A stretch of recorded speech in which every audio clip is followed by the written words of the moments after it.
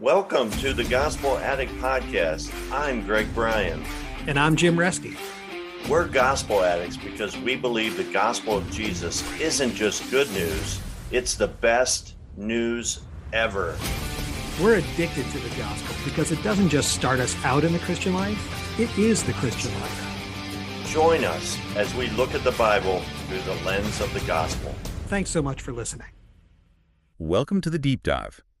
Today we're jumping into something really interesting from the Gospel Addict Podcast. Specifically, their series on gospel-driven sanctification. Yeah, it's good stuff. And one point really stood out, this idea that the gospel isn't just, step one for Christians. It is the Christian life. Absolutely. It's the air we breathe, not just the entrance gate. And we want to really dig into one crucial aspect of that today, the concept of sequence. Yes, sequence. It sounds simple, maybe, but getting this right, it unlocks so much. Unlocks how? Like understanding sermons better. Yeah, sermons, books you read, even just, reading your Bible on your own, it helps you see what's really gospel-centered versus, just another list of shoulds. Okay, so they mentioned things like the 5 S's before, like substitution, sovereignty, things that signal gospel focus. Right. Those are helpful markers. If a message is only about try harder and doesn't touch on God's action, his sovereignty, Christ's substitution, it's probably missing the core. But sequence is like a fundamental layer underneath all that. And it's not just academic, right? This hits us personally when we read the Bible. Totally. Because let's be honest, our default setting is, it's self-justification, isn't it?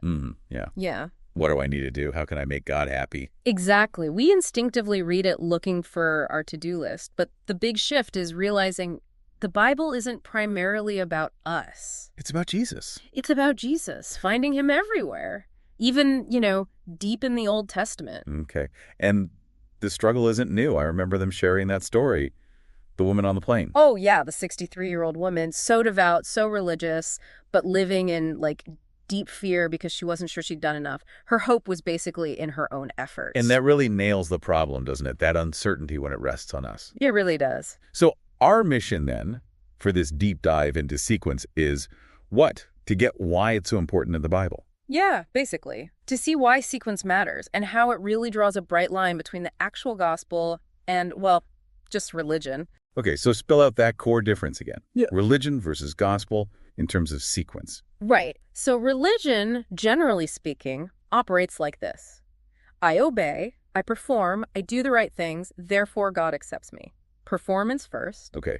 Acceptance is the reward for obedience. Exactly. But the gospel, it completely flips that. It says, I am already accepted fully, completely because of what Jesus did for me, therefore I obey. Acceptance first, then obedience flows from that. Precisely. Think about church attendance. Is it a have to earn points with God or a get to because you're already accepted and loved? Big difference in motivation. That's a great way to put it.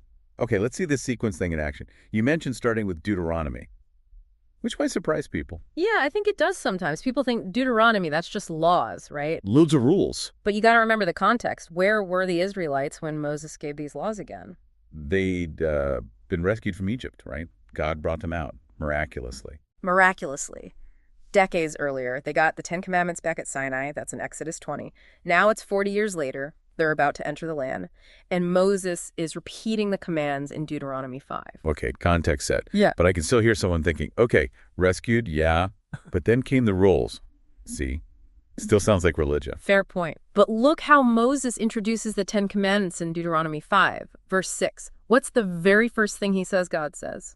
I am the Lord your God, who rescued you from the land of Egypt, the place of your slavery. Exactly. Notice the order. What comes first? Rescue. I rescued you. Yes. He doesn't say, here are the rules, follow them perfectly, then I'll rescue you. Right. He doesn't give the commands while they're still slaves in Egypt as, conditions for freedom. No. If he had, that would look like every other religion. Perform, meet the conditions, then maybe get the blessing. But God's way. Grace first. Rescue first. Deliverance before the demands. Wow. Okay. So understanding Deuteronomy starts with remembering. God acted first. His grace preceded the law. That's the absolute bedrock. Grace first, then the call to obedience as a response to that grace. It changes how you read the whole book, and really, the whole Bible. Okay, so that's Deuteronomy. Are there other places in the Old Testament where we see this pattern, grace first, then response? Oh, definitely. Think about Ecclesiastes 9:7. It says, "Go your way, eat your food with gladness, and drink your wine with a joyful heart, for God has already approved your works." Already approved. How does that fit? Well, in the context of God's overall plan, for those who are his, whose sins are covered, that approval isn't something they're still trying to earn. It's based on his acceptance of them. It's a done deal because of his grace. Because they're already accepted, then they can live with joy and freedom. So the joy and the living well are a result of the prior approval, not the cause of it. Exactly. And then there's Isaiah chapter 6, classic passage. Ah, the calling of Isaiah. Right. Yeah. So Isaiah has this incredible, terrifying vision of God's absolute holiness and his immediate reaction. Woe is me. I am undone. I'm a man of unclean lips. Total awareness of his sin. Right. He's undone. But what happens next? Does God say, okay, clean yourself up, then maybe we can talk? No, a seraph, one of the angels, flies to him with a burning coal from the altar. And touches his lips. And says what? Behold, this has touched your lips. Your guilt is taken away, and your sin atoned for. Atonement. Cleansing. Then, only after the sin is dealt with, after the atonement, after acceptance, then God asks, whom shall I send? And Isaiah, now cleansed and accepted, says, here am I, send me. See the sequence. Ah. Acceptance, atonement, then willing service. It wasn't duty born from fear, but a response born from grace. Okay, that's powerful. Acceptance precedes service. It turns have to into get to. Exactly. Now, what about that verse in Psalms, Psalm 37.4? Delight yourself in the Lord, and he will give you the desires of your heart. I feel like that one gets misunderstood a lot. Oh, absolutely. It's prime territory for misinterpretation if you ignore the sequence. What's the common, maybe surface level take on it? Well, it sounds a bit like if I just, try really hard to be happy about God, he'll give me whatever I want. Like a new car, a promotion. Right, like a cosmic vending machine. Put in delight, get out desires. Yeah. But the sequence tells a different story. What's the first part? Delight yourself in the Lord. Right. That's the input, the focus. Finding your ultimate joy, your satisfaction, your treasure in God himself. Making him the desire of your heart. Okay. Then the verse says, he will give you the desires of your heart. But see, if you're truly delighting in him, what happens to your desires? They start to change, to line up with his. Precisely. He doesn't just grant your old, maybe selfish desires. He actually gives you new desires. His desires become your desires, the desire for his kingdom, for holiness, for his glory. So, he gives you the desires by changing your desires as you delight in him. You got it. It's transformation, not transaction. The changed desires are the result of delighting in him, not the reward for faking it. That makes so much more sense. It's not about getting stuff. It's about becoming different. Exactly. And you see this echoed elsewhere too, Romans 5.8, right? God shows his love for us in that while we were still sinners, Christ died for us. Right. He didn't wait for us to get better. His love, his action came first. Yeah. While we were enemies even. Yeah. And then Isaiah 26.12. This one's amazing. Lord, you will establish peace for us, for you have indeed done for us all our deeds. Wait, he's done our deeds for us. What does that mean? It means that even the good things we do accomplish, ultimately the credit goes to him working in us and through us. It reinforces that he's the primary actor, grace upon grace. Okay, this grace first principle is really weaving through everything. Let's bring it into the New Testament narratives. Zacchaeus, Luke 19. How does sequence work there? Oh, Zacchaeus is such a perfect picture of this. Here's this guy, chief tax collector, basically a notorious sinner, collaborating with the Romans, ripping people off, rich but likely despised. And he wants to see Jesus, but he's short, so he climbs a tree, kind of humbling himself already, maybe. Yeah, definitely showing eagerness. And Jesus gets to the tree, looks up, and what does he say? Does he say, Zacchaeus, if you promise to pay everyone back, I'll come to your house? No, he just says, Zacchaeus, hurry and come down, for I must stay at your house today.